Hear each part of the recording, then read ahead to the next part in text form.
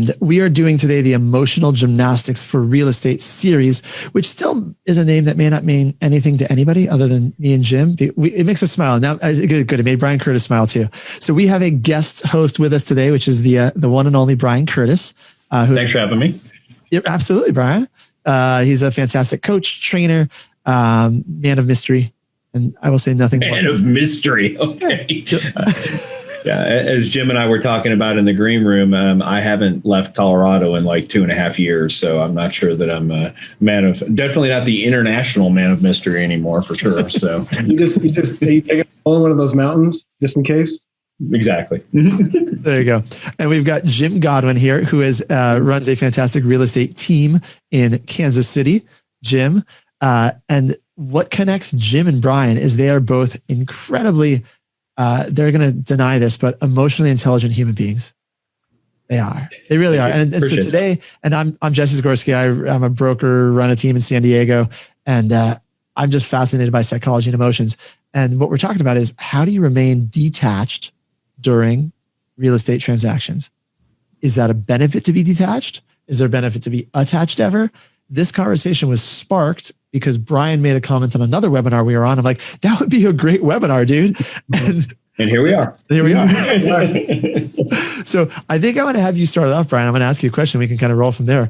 But what made you say, I think you said something along the lines of being detached in a real estate transaction is one of your superpowers, or just being attached from the experience. Why do you think that's important in real estate?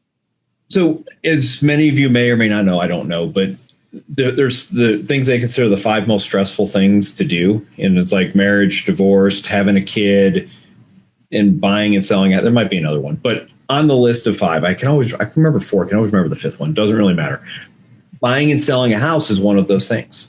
And so I'm going to go as far as to say it's your fiduciary duty to stay emotionally attached in a real estate kind of thing. Because who's attached? The buyer, the seller, and more than likely the other agent. So somebody has to be the person who is going to not get angry, not get frustrated, not get irritated. And I argue that as agents, that is our responsibility, because at the end of the day, and we've all seen this, how many times have you seen an agent sell their own house or buy their own house and they're a train wreck? Like, they would yell and scream and complain about their clients doing the exact same things they turn around and do. The only thing that makes any sense to me about that, and I could be wrong, there might be some other things, is that they're not emotionally detached, and so they're acting like they're idiot clients. So that's kind of where I come from. There's a synopsis of why I think it's important, but there's more to it, of course. So, but I hope that answers that question. I think we're done with the webinar. I think that was it. Thanks for coming. Appreciate you guys. It was great here today, and send checks to. Okay, just kidding. I can't disagree with that. I mean, Jim, do you agree with that? That it falls under fiduciary duty in a way. I love that you said that, Brian, because as soon as you said that, I thought, man, that is so spot on, because we do have a fiduciary duty to do the best that we can for our clients at every moment in the transaction. And when we are acting from emotion, mistakes get made. Yeah.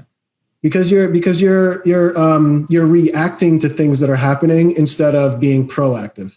And when you're in a reactive state of mind, you then tend to act from a point of anger or frustration, and then you do and say things that you normally wouldn't do. Mm-hmm. And that goes against what's best for your client. Sometimes easier said than done. Totally. Amen. I get Amen. that. And that was one of the reasons why I wanted to make this whole webinar, was to dive into that and give some, I mean, there's plenty of books out there on how to stay calm and control your feelings. So we're not trying to rehash that, but there are some techniques that I know you guys use and some things you've done in your life to structure in a way so that we can remain detached, specifically in a real estate scenario, mm-hmm. right? You guys have both sold lots of houses. You've been in transactions going sideways.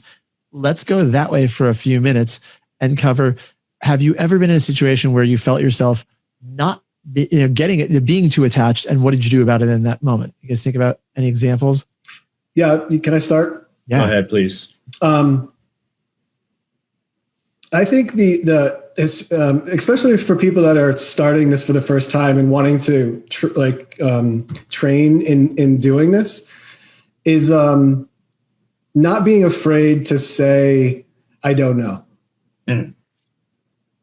When I'm starting to get into that reactive state of being, my go-to is to say, I'm not sure. Let me go figure it out. I'll call you back. And then I take a breath. I disengage from the situation. I go for a walk. I talk to other people. I get some other point of views, other perspectives. And then I come back refreshed from a new perspective. And then I'm able to actually have a conversation. I love that. You're muted, Jesse. Jesse, you muted yourself.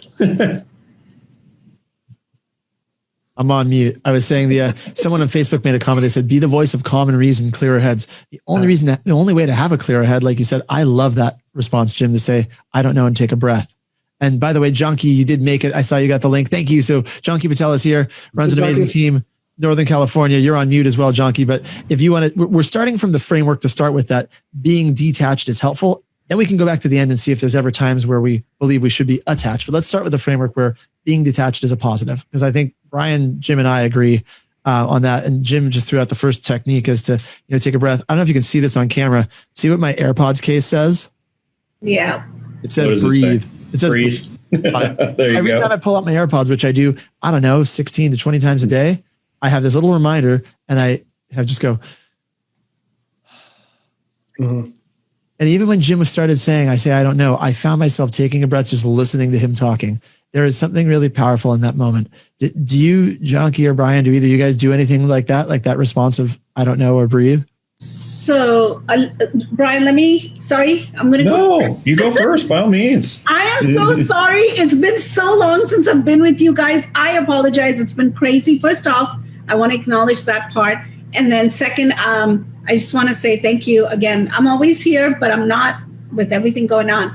This is a great one because I feel that I'm so emotional when it comes to clients. I am the first to be so emotional, but my coaches taught me how to detach.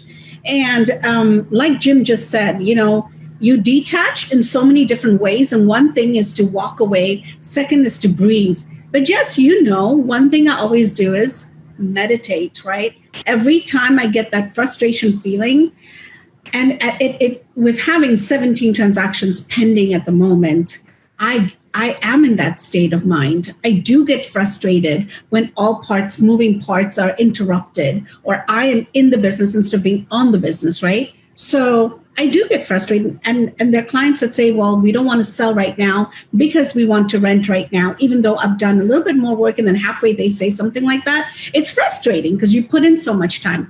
Or, in California, they ask for rebates, right? And that is a constant question, but I've learned to acknowledge that, expect that, and have an answer for it. But like Jim said, walk away, go for a walk.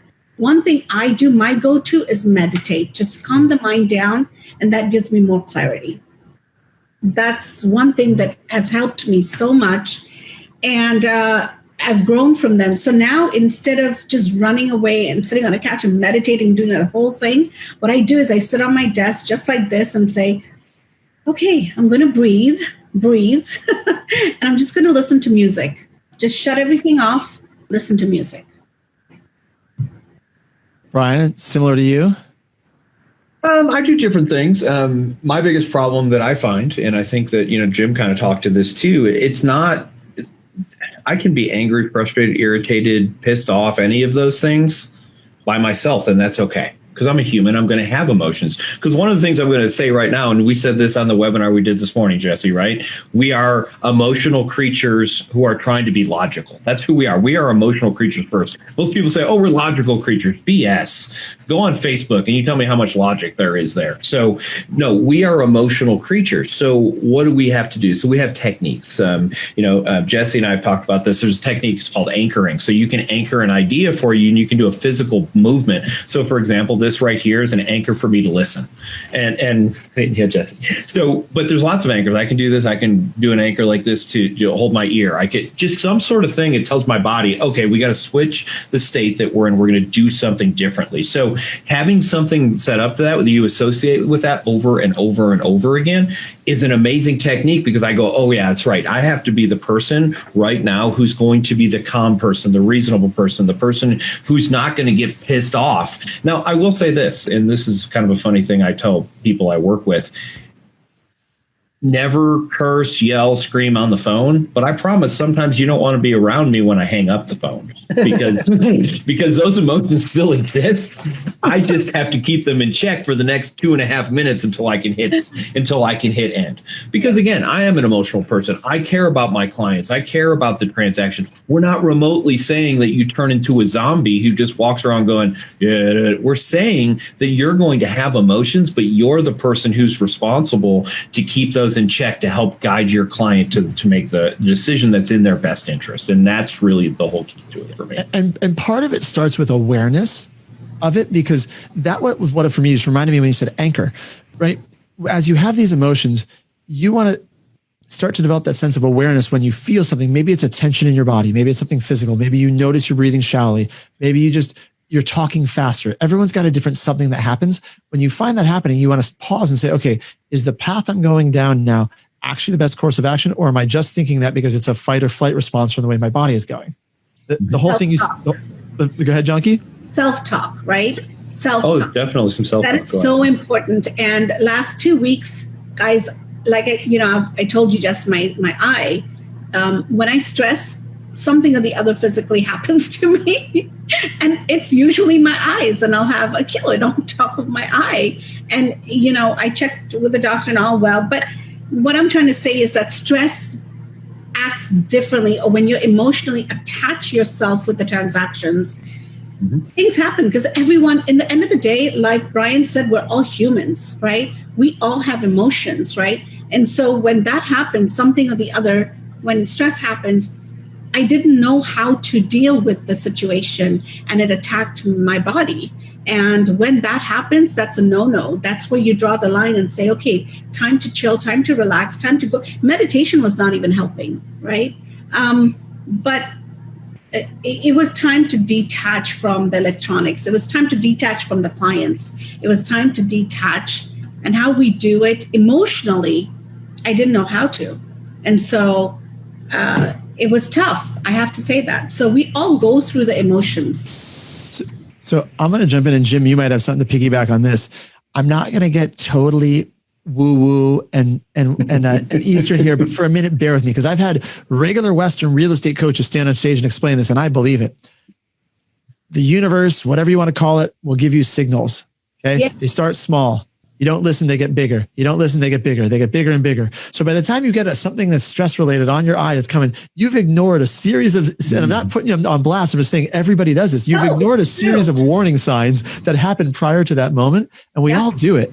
But your body, even if you're not talking the universe, your body physiologically will, it's a safety mechanism that's built into our wiring as human beings.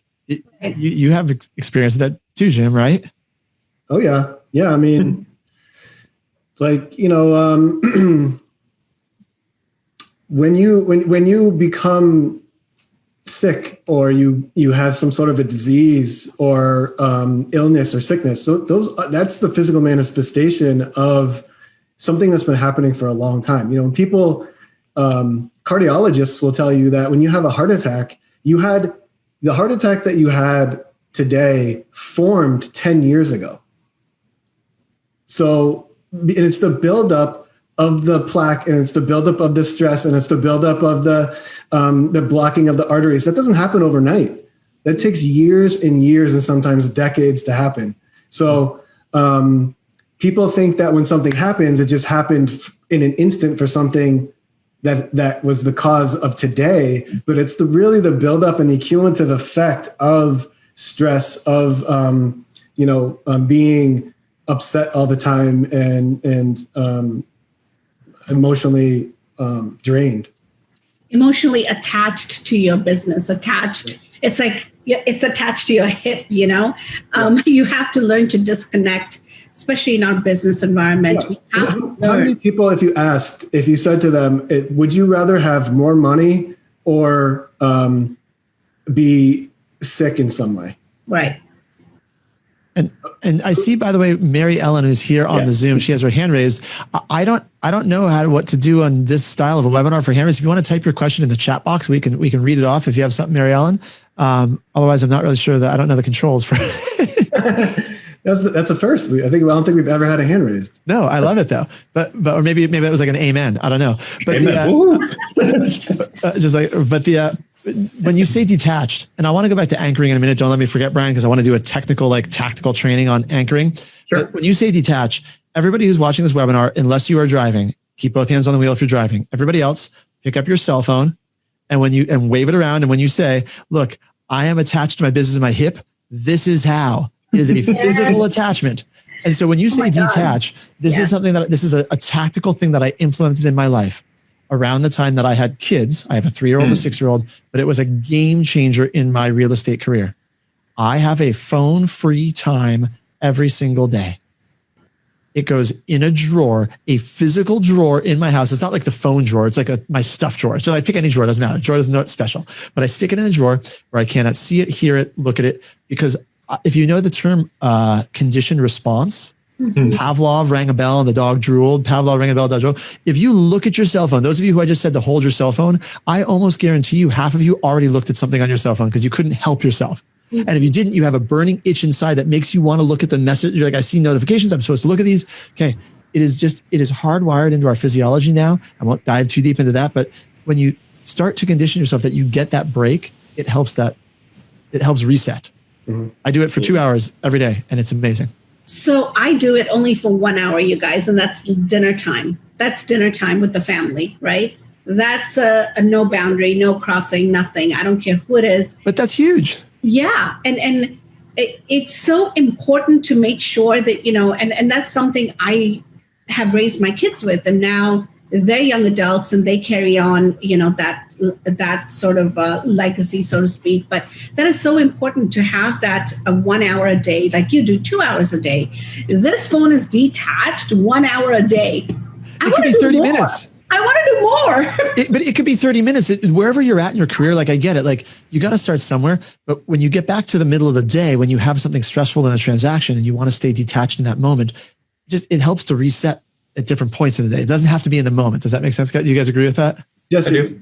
Does it count if it's if I detach 8 hours every night?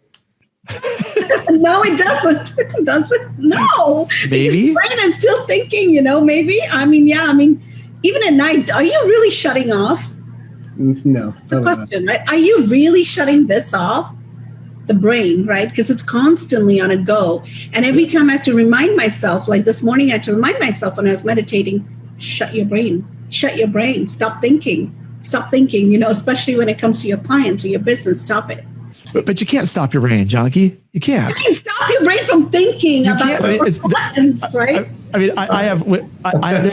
There's a line in a guided meditation that I've listened to thousands and thousands of times. So I have it like memorized at this point, but there's a line in this meditation that says, you can't stop your brain. Don't even try to stop it. Just leave it running like it's in the other room, like a TV that you hear from the other room, and move on. That's the imagery that I get. It works for me. Yeah. Thank you for sharing is my choice. Yeah. I think that's something I will start implementing. And for those of you, and again, I'm a language nerd. For those of you who want to stop doing something, I want you to listen right now and say, don't think elephant.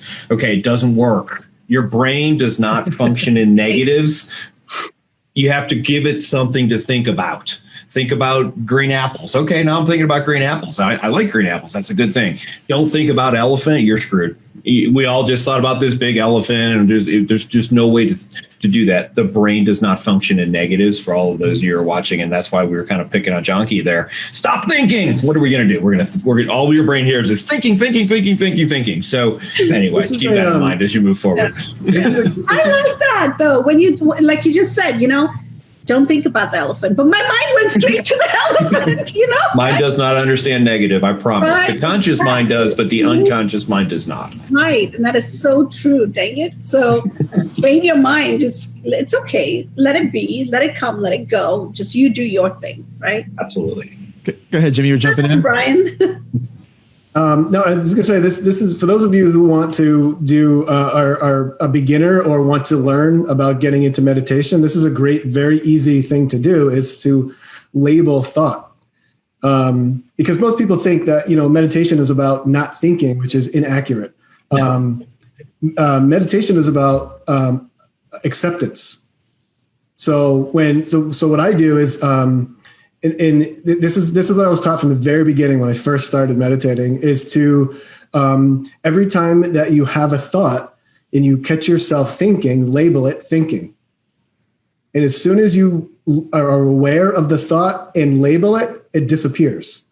And then you get to the next thought. And as soon as you label that thought, you label it again, say, I'm thinking, and then it goes away.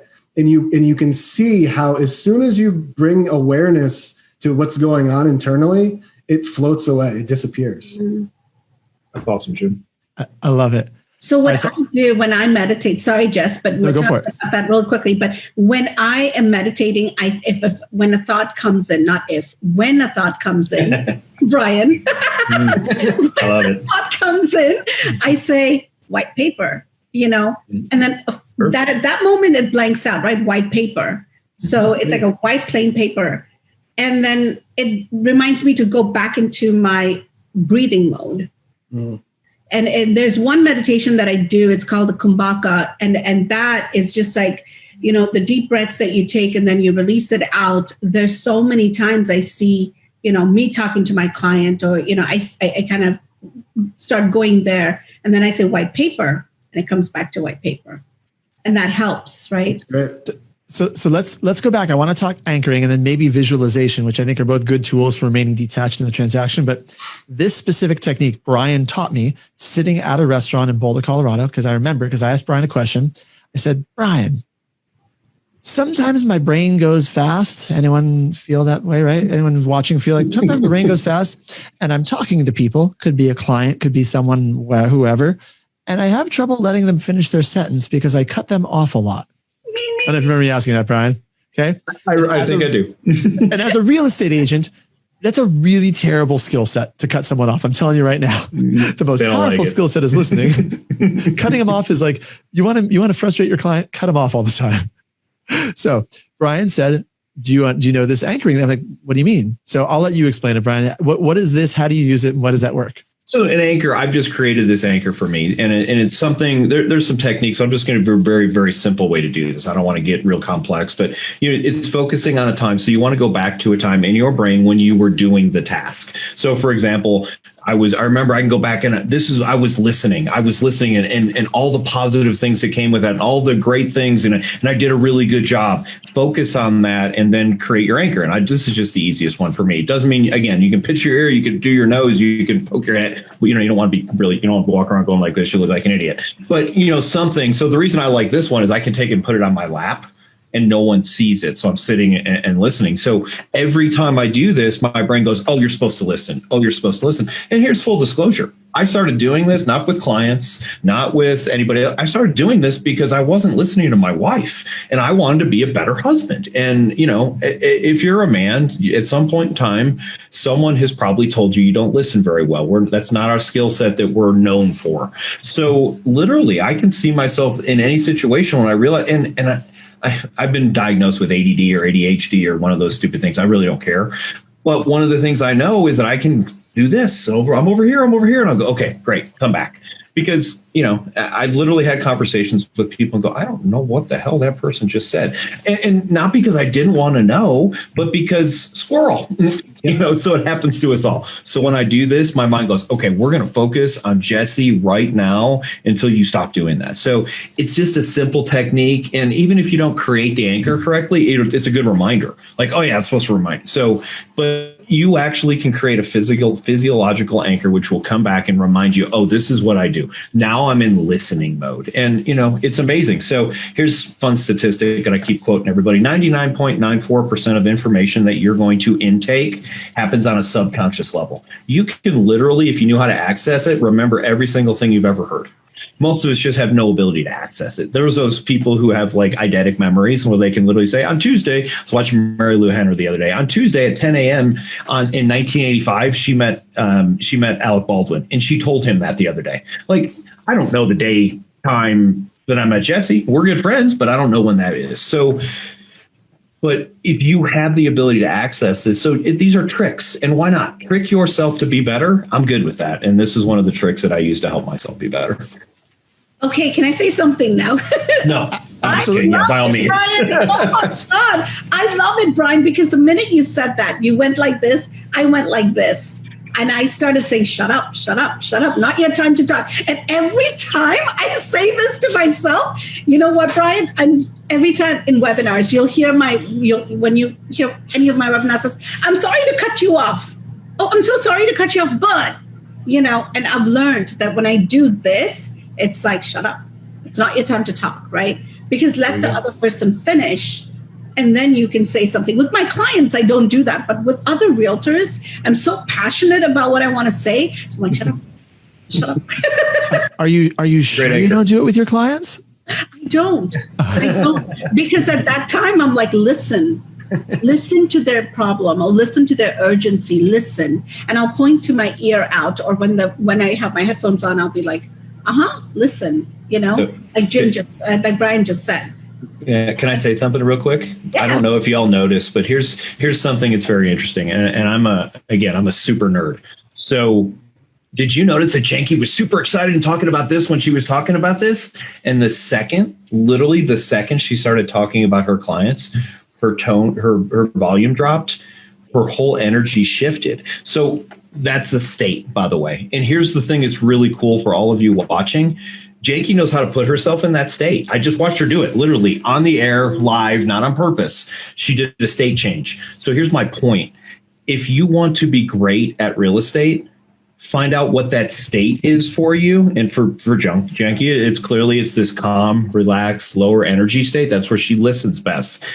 Find a way to put yourself in that state every time you go on an appointment. Find a way to put yourself in that state every time that you meet a client. Find a way to put yourself in that state every time that you make a phone call. It will change your life. I was training that the other day with a group of people, and I said, look, before you go on every appointment, pick a song you're going to listen to. Pick a mantra that you're going to say. And eventually your brain will go, oh, I'm listening to Led Zeppelin. That means that I'm about to go on an appointment. That means I'm about to do this. And your brain, that's how we do. We work on patterns. Whether we want to or not, we work on patterns. So take advantage of that pattern so that you can put yourself in the state. And again, we're going to talk a little bit about some stuff about dealing with people who are not in a good state. And so step one for me is I need to be in the right state. And that was kind of where I'm at. Like I have to come calm, cool, collected, gathered together, because my client, I can't expect them to act that way. They are in one of the 5 most emotional things that you ever do. Why would I expect them to show up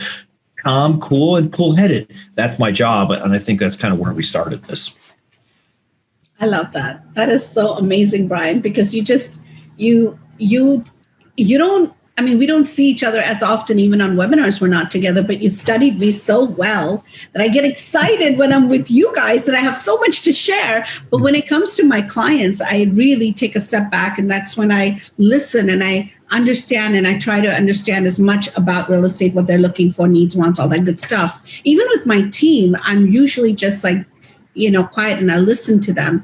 But when it's about my passion and talking about the industry and talking to top leaders like you guys, I'm like, oh, wait, I have something to say. Whoa, I get totally into it, If you really want to be impressed, Brian will tell you the birth dates of your children. He can tell you all sorts of stuff. Just No, I'm not a crazy stalker guy, for the record. No, that's a totally different webinar. All right, so we got a few minutes left, guys. I know probably go 15 minutes left on this.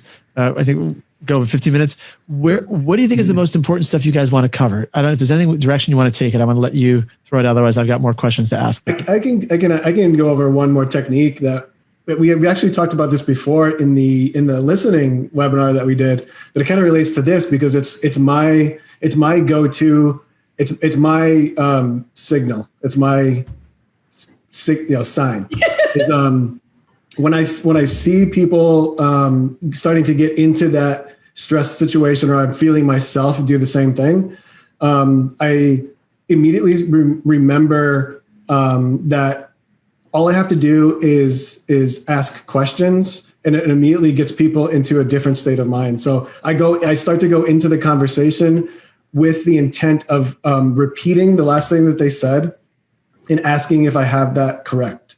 So those are the two questions that I'm always asking at the end of any time that someone's telling me something is, what I'm hearing you say is this, do I have that right? And that, without fail, always shifts people's perspective and state of being, and they change and calm down and know that they're heard. So following that, Jess, just one second. Following that right there, I always even end up with one more thing, and I say, how does that sound to you? Making them feel that they've got the control back in their hands, just saying, how does that sound to you? Yeah. I was just going to point out that I'm married to a therapist, and that's what therapists do. I mean, most people, their biggest fear is not being heard. Yeah. To put this in real estate terms, and Jim, you can jump on this, but I think you guys everyone watching this can have been in there in a transaction where you're selling a couple $100,000 to $1 million home, and it comes down to the end of the transaction and they're fighting over $200 of something. You're like, you just spent hundreds of thousands of dollars, but it's this $25 thing that you guys are all bent out of shape over, right? But it's not about the money, it's not about the item even. It's a feeling of being taken advantage of or not being heard, or there's some underlying emotion. That's what Jim's technique is fantastic for helping people feel heard. I've had deals not close because of curtains. It's like, it's so dumb, but people get really caught up, and in the moment, it feels like the end of the world. And obviously it's not about curtains, right? But it is, but it is, it's so real for them. It's so real. So when you can take a step back, not know that it's not the curtains that are the issue, know that it's something else, and then start talking to that instead. Yeah. It's never the curtains. The curtains mean something else. Right. So how do you guys do that? Because Brian made a comment at the beginning. He said, we are emotional creatures that attempt to use logic. A lot of realtors will go straight in with logic, and it fails miserably. How do you figure out what's going on? Do you just ask questions? What do you guys do? I'll start with a simple thing I think everybody should do all the time. And if you do this too much, that's a good thing. Acknowledge and affirm. And it's just a kind of a similar way that Jim was talking about at the end. So, I completely understand how you could feel that way. I completely understand that makes so much sense.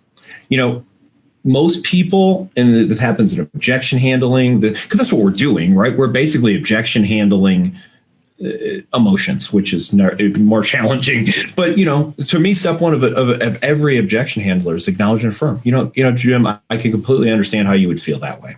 So with all that in mind, let's have a little bit further conversation. So most people go, well, let me explain to you why you're dumb and stupid and ignorant and can't understand what the hell's going on here. Now, we don't use those words, but as somebody who loves communication, 7% of communication is the words that you say. So I can literally call you an idiot and smile and say it in a way that'll make you laugh, or I could say something, tell you you're brilliant, and you can be insulted, because words are just words, and they're such a small part of what we're talking about. So start with acknowledge and affirm. Jesse was talking about this with the therapist. A therapist basically is going to sit there and listen to you. I've been to therapists. I know this is firsthand knowledge. They're going to listen to you. A good one will acknowledge and understand. And then all we're going to do is just do a little bit of a shift. We're going to offer you a different possibility. And that's what this is all about. And I refer to that as a reframe. I'm going to take something, and this is definitely one potential way to look at this. But here's another thing I'd like everyone to think about. We think of the world in black and white. there's very, very, very, very, very, very, very, very little word black and white in our world because we all look through our own filter. Back to my number, 99.94% happens on an unconscious level. That means there's a whole bunch of stuff going on that you're not even aware of. So getting someone to just be open-minded never, ever, ever starts with, well, let me tell you why you're wrong. So, and I know we don't use those words, but if you go right into an objection handler without acknowledging that you understand what's going on, all they hear is, let Brian tell me why I'm wrong. That's all they hear. And I can't do the explanation justice, so I will bring my wife onto one of these in a future week, by the way, if you want to have an actual licensed therapist on here. But when you feel yourself getting defensive, there's an underlying reason why you are getting defensive, right? There's an emotional trigger and things, and we won't go into that for the sake of time today, but that's really interesting to look into that for yourself as to what's going on when you do feel yourself getting triggered and getting defensive. And the second that you blame somebody or you make them wrong for something, they stop listening. Yeah. So then the thing that you want to accomplish will never get accomplished because the conversation is over at that point. Right. You've just, they've just left the building, so to speak, mentally. Right. I mean, like Brian said, acknowledge and, affirm the conversation. But at the same time, in that conversation, let them know pros and cons of the kind of decision they're about to make. They're the judge of it, right? They have to make that choice. They have to live with that choice, whatever that choice might be. Yeah. And I love what you're talking about there, Janky. I call that pacing. So for example, let's say someone said to me, well, I'm going to terminate on this house because the seller's a jerk and they won't do this and this and this. So, I mean, you guys have had that conversation, right? I know I have multiple times. Or the other agent, somebody's very emotional. So again, I'm going to acknowledge it for, I completely understand where you're coming from. It does feel like maybe the seller is being unreasonable. So they're done. I acknowledge and affirmed. Yeah, you're right. Okay. Now, with that in mind, let's just take a look at this from first of all, is there a possibility that the seller's not being a jerk? Is there some information we might not know? And I don't know what that is, but I just want you maybe keep an open mind and let's just kind of go over this to make sure we make the best decision. Then I'm going to pace them. What's pacing? It's telling them things that are true for them. So it might be something like, okay, so let's just go over this before we terminate. And if you want to terminate, we'll do that. I'm your agent. I want to work for you, but I want to make sure that I'm doing my job and counseling you makes sense. So a couple things. We're still in a seller's market, so we're going to have to go out and go through this whole process again. You told me this is the only house in the neighborhood that you're even interested in, and you really want to be in this neighborhood. You've already spent about $1,500 between home inspections and appraisals, and currently there's no other houses on the market that you want. Oh, by the way, you mentioned you want to be in your new house by the end of the month. Does all that stuff sound true? Yes. So with that in mind, let me ask you this. Does it really matter if the seller's a jerk and won't do the $500 fix? And are you going to give up your wants and dreams because the seller is a jerk? I want you to consider that before we go and write the termination. Yeah. And I by the way, I hit emotional buttons there. Why? Because we're emotional creatures. Yeah. Are you going to let this seller who you hate ruin your dream over $500? It's an interesting way to get it. Yeah. So. I like that, Brian. And also another thing I do, which I just did, I think last week with a client that wanted to just cancel the transaction. He was, did I make the right decision? I should have got a ready home, which had all the bells and whistles. This is a fixer, blah, blah, blah. So I went ahead and I obviously acknowledged him. However, at the same time, I told him, imagine your entire home with what you want in this home, what you want in this kitchen. Now visualize that and tell me, how does that look to you? How happy will your wife be? And at that time, he was like, oh, you're right. See, sometimes it's just giving them that visualization and I said, I'll do what you want me to do. No problem. It's my job and my responsibility my due diligence to own this for you, to own it up to you. And if that's what makes you happy, so be it. However, just let's just visualize this. And that's when he said, thank you, for even giving them that visualization. Mm-hmm. Go on Pinterest, start designing your home, how it will look and how will it make her feel and you feel when you see that finished product. So, and sometimes you just got to just straight up ask people, are you making this decision based on emotion, or is this in your best interest, or is this strictly an emotional decision that you're making? And if so, let's talk about it. because my job is to make sure that you are empowered in the decision that you're making. And right now it feels like you're not. Nice. I love that. That's a good one. And with all of these three options, something I want to throw out before we run out of time, I do want to tell people about the power of visualization, which I know you guys all believe in, but I will visualize, like literally close my eyes and say it out loud in my head, the conversation I'm going to have with a client before I have it. Because I have certain clients that trigger me. I've had them in my career. You guys probably have too. And you know that when you get into that conversation, they're going to say something that's going to happen. You're just like, you start getting rolled up into their world of whatever. If I visualize through how I see this conversation going, it helps me maintain and go back to, okay, breath, say the same words Jim just said, which were great. Good. Do you guys do that? Is that just me? I totally agree with that. I sometimes visualize, most of the time I do visualization, whether it's about to send an offer in and visualize the pending, or visualize, the listing agreement being signed, or even the conversation. See, all these are emotional parts of our business, right?